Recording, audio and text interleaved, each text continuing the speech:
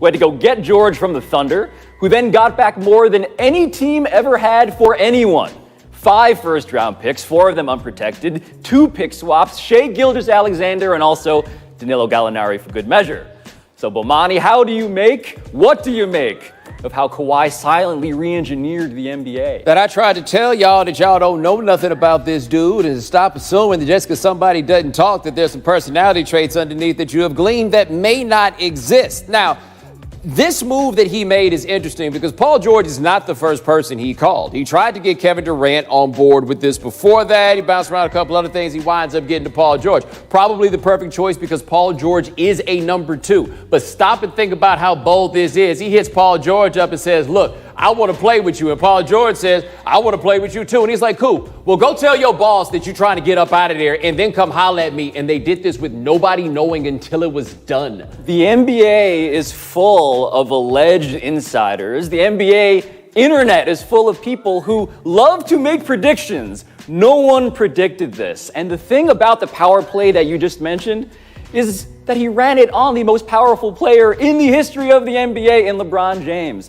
That to me is what's so crazy about the events that you just outlined. He rejected LeBron. He used LeBron for leverage.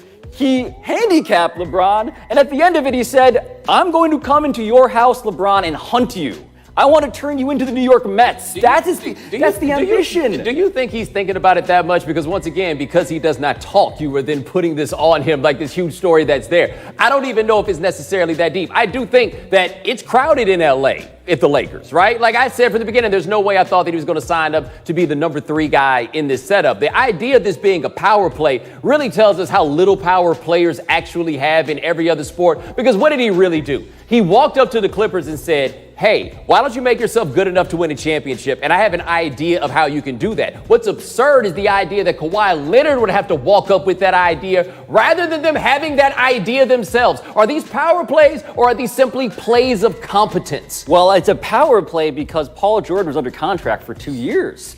The idea that the Clippers should have gone and found someone else to join him, totally reasonable and logical. That is exactly what every superstar should want. Someone else to play alongside them of a similar magnitude.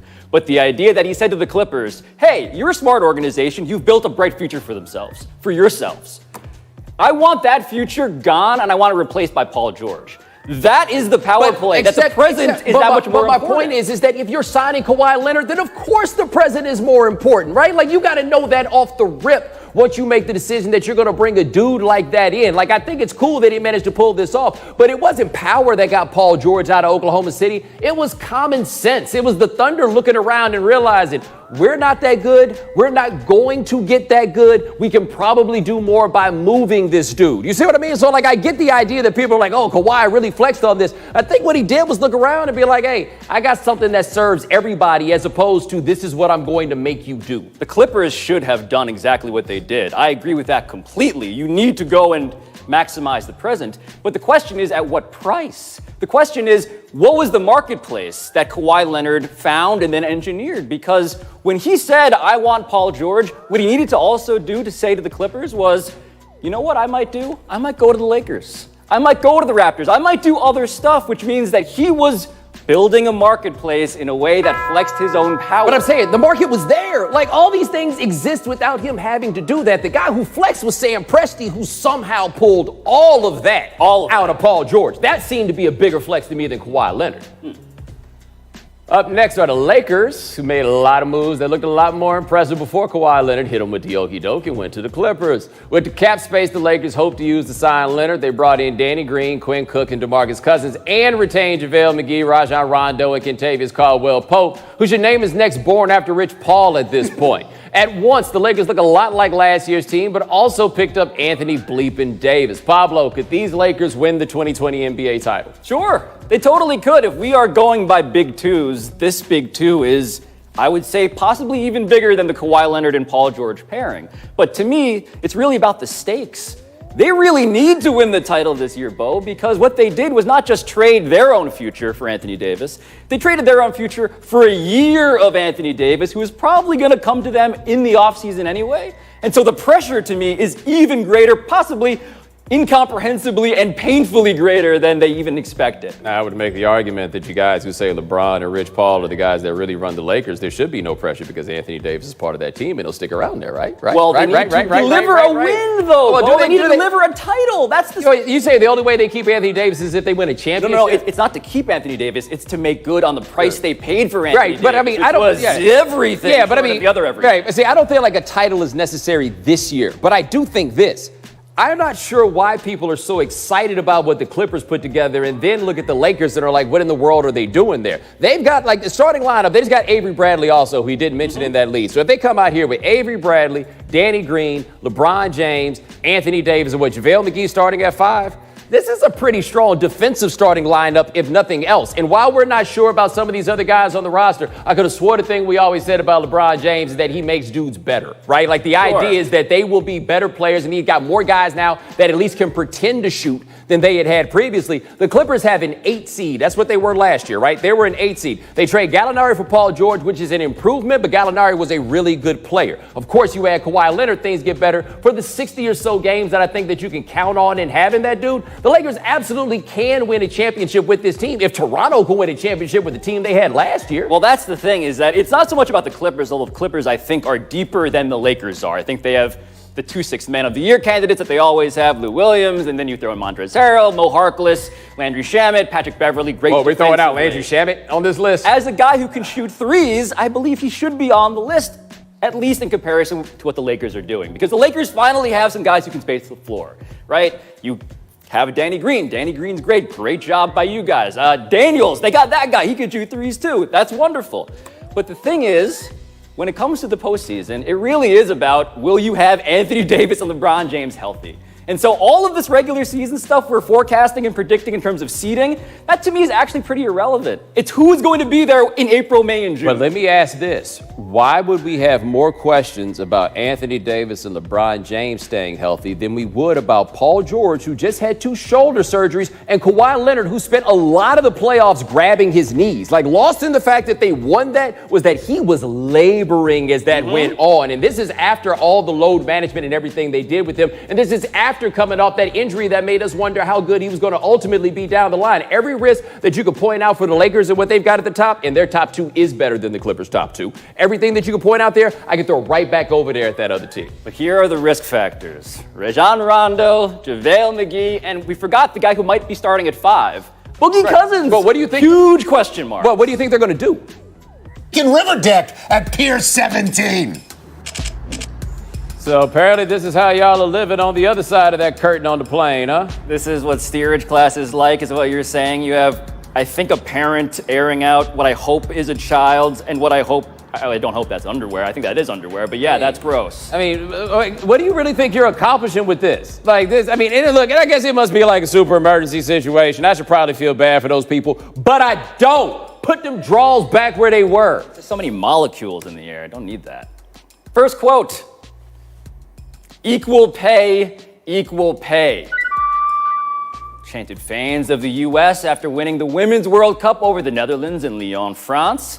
But should equal pay for this team be a no-brainer? Yeah, I almost feel like it's almost an unfair question to ask because the answer is obviously yes. And even if the answer wasn't yes today, it's not the answer to say that it is no. However, they generate revenue superior to the revenue that the men generate in the United States. They are obviously a better performing outfit than the men's unit is. What is the argument against equal pay? That's a far more compelling question than asking whether they should be paid the same amount. The only argument I've seen is that the Men's World Cup generates so much more money in totality than the women's tournament. But we talk about this with other sports like the WNBA, for instance. You can really pay them whatever you want.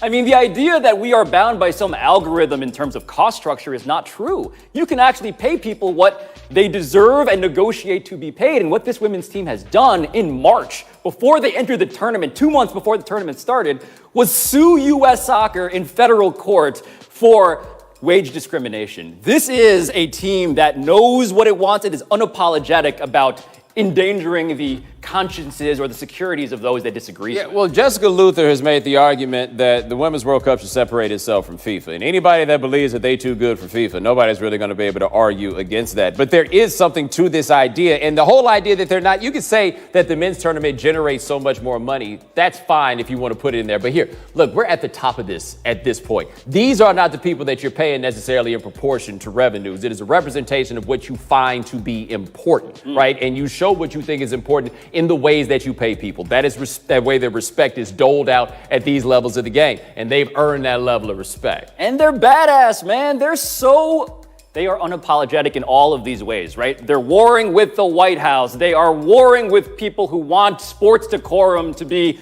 proper and polite. And they are, quite frankly, they are openly gay in ways that we don't see many high-profile teams. Megan Rapinoe, she is this poster child for a larger movement that is, I think, a virtuous one that is premised on the idea that this is who we are and we don't need to suppress who we actually are. Yeah, I will say this, though. This idea that they're warring against these factions, yeah, it's been a couple people on the internet with some stuff to say about that. How strong is this backlash really that we're talking about? Like, and there is something to be said for being willing to come out in front and say the things that they are willing to say. There are also some people who get to say those things and they fall right in line with the group that gets to do so, Absolutely. right? Because I think that's a very, very important distinction to make, that Megan Rapinoe is not the lightning rod controversial figure that Colin Kaepernick was. So you appreciate her echoing some of those things if you happen to agree, but also acknowledge that we're in a world that allows her to do so in a way that Colin Kaepernick does not. No question. And she, being the first white athlete to kneel like Colin Kaepernick in honor of him, says something about maybe being an ally, but you're totally right. The circumstances are quite different. Quote, Oklahoma City asked for Pascal Siakam, Fred VanVleet, and 4 unprotected first-round picks as a starting point for Paul George. Tweeted Bruce Arthur of the Toronto Star. Pablo, should Masai Ujiri have considered this move if it meant keeping Kawhi Leonard?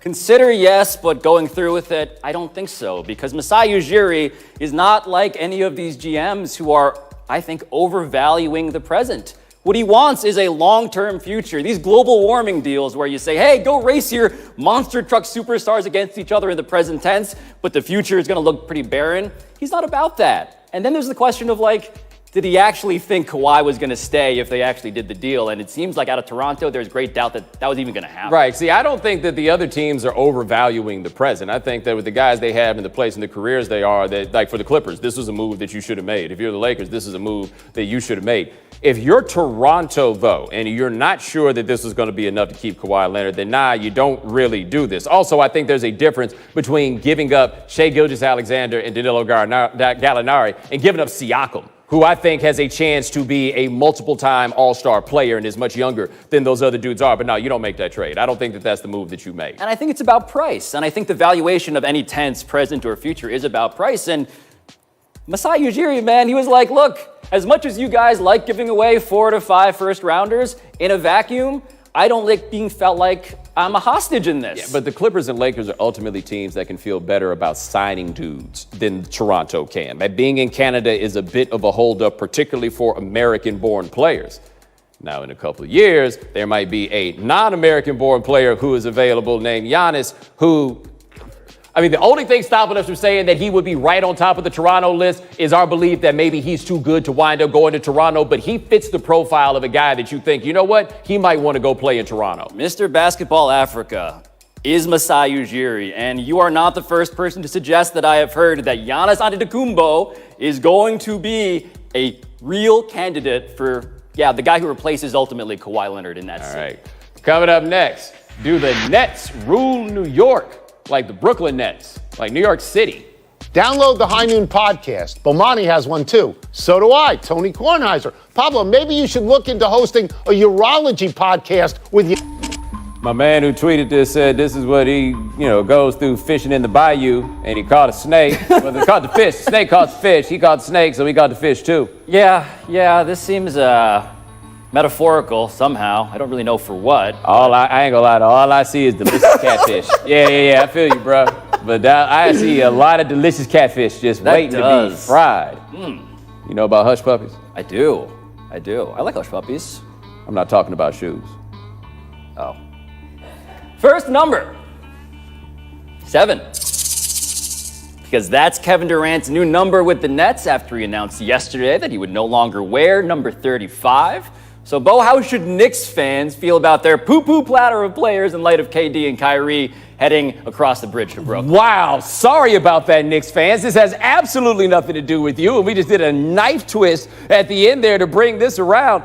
Look, man, I don't think it's the worst thing in the world that they lost out on these two dudes, right? Really? Yeah, because Kevin Durant is a super question mark. Like, we cannot pretend as though that's not a question mark. You sign him if you can, but it's a possibility that might not go right. Kyrie Irving is his own adventure. Maybe what's best for the Knicks is to stay low and build like they used to say. But seriously, right? Like, that's what wound up happening with the Nets. Built that foundation gradually, then get in a position to go get the guys. The tricky thing about the Knicks staying low and building, though, is that they're stumbling backwards into being low. Because all we heard, and I'll say we as the Royal New York City here, all we heard was that there was a plan. Jim Dolan, the owner of the team, talked about how he heard that we are a very good destination for free agents. They traded Kristaps Porzingis under the assumption that they would need to clear cap space this summer for those two guys. And then I hear Jay Williams, Kevin Durant's friend and also our colleague, talk about how actually KD really was looking forward to playing with Kristaps Porzingis. So all I know is that the Knicks have no idea what they're doing, which is kind of how it was before these guys agreed to go to Brooklyn. Go back to that part where you were listening to Jim Dolan. Because I'm really trying to have some sympathy for you and everything you talk about as being a Knicks fan. And you're like, Jim Dolan said that this was going to happen. And you fell for that. You figure if you're the owner of the team, you would only say stuff if there was something. He was reading the names of the current players off a piece of paper. He couldn't remember who Alonzo Trier was. It's great. Sell the team, by the way, please. Your time to talk had finished. 4. Because the Sixers now have 4 6'9" or taller players in their starting lineup after adding Al Horford. Pablo, are you convinced playing a lineup this big will help Ben Simmons, Joel Embiid, and the Sixers? I think it'll help them in the Eastern Conference. I think it'll help them against Giannis and against Brook Lopez and against Serge Ibaka and Pascal Siakam and Marc Gasol. I think that's what Al Horford does. But it's a weird thing when a team has all these basketball players and none of them, outside of the guy who can shoot, can actually dribble. That, to me, is going to be an interesting experiment of basketball this coming season. The idea that any basketball team is too big is stupid. Like, let's just be clear about that part. Now, you can say they don't have certain skills, but last year they had Jimmy Butler in that starting lineup, and he's 6'8". None of us were making this argument like, whoa, you got all these guys that are 6'8" or taller. Maybe you're going too far in this. No. The question is, do they have anybody who can get his own shot, and do they have enough shooting, right? Those seem to be the problems. It seems like they signed Al Horford so that Al Horford could not play against them anymore. But also, I don't worry at all about Al Horford being a power forward, because Al Horford's been a power forward playing out of position for the last 12 years. You might see a better Al Horford than you've ever seen, but he will allow them to space the floor. He can pass. I just don't know if Ben Simmons still can't shoot. What are we even talking about here? That, to me, is the question. When it comes to the playoffs, what do we see every year? Ben Simmons finding a floor that is crowded, and he can't really do much because he cannot shoot. Al Horford should alleviate that. Al Horford was taking like 4 threes a game, making about 40% for a couple years now. That's fantastic. I think Josh Richardson will help space the floor, maybe. You know, like, I guess. But outside of those two guys, man, like, it seems like they're going to set themselves up for a lot of frustration in the postseason. Except for the fact they're going to be monstrous on defense. Monstrous, and that helps. In closing, it looks like Greg Oden is trying to get back into the NBA. Brian Scalabrine looks like he's at the top of the draft board for the Washington Generals. Do the kids know who the Washington Generals are? Do you guys know who the Washington Generals are? Okay, here we go. Congrats to the Brian Generals. Scalabrine getting that work. Got bowed in the head. Greg Oden was like barbecue chicken. Greg Oden with the short sleeves, still bringing it. Hold on, is Scalabrine playing this role up on purpose? Because he looks like what you would expect it would look like if that dude was getting schooled by that good. Just mad and screaming at the referee. He probably called 3 seconds right there. It actually feels like Brian Scalabrine, upon further reflection, should have the short sleeves on. But instead, no, he is getting just destroyed by a guy who seems like he's pretty good at basketball again. Hey, you do that to me one more time, I'm going to call the police. I mean, that was a little disrespectful right there, though. But are you sad, though, that we never really got this Greg Oden for longer than we did in the league? Because it does feel like Greg Oden has skills, he has size, he just... No, his problem was never that he wasn't good, he just couldn't stay healthy. I mean, I wish better for him, and he's been through a lot since then. I hope he's happy.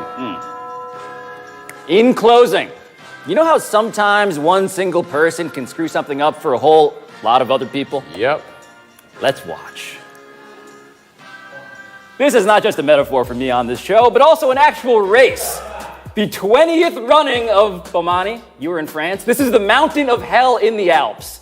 And that spot circle was the guy who started all of this. I mean, you say one person messed it up. If it's called the Mountain of Hell, I can't blame that one dude because everybody else seemed to know what was coming. Yeah, there's a certain hellish, I think, presumption built into this entire enterprise, but Here's my question. The rest of y'all who just keep on going down the hill, like at what point are you like, nah, I'm good? One of my favorite games with this video is just pick anybody and just watch what happens to them, because we have people flying over the edge, we have people bailing out at the top immediately.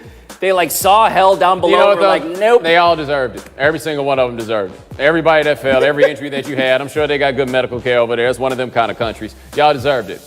Yeah, the paradox of Mountain of Hell. A lot of ice.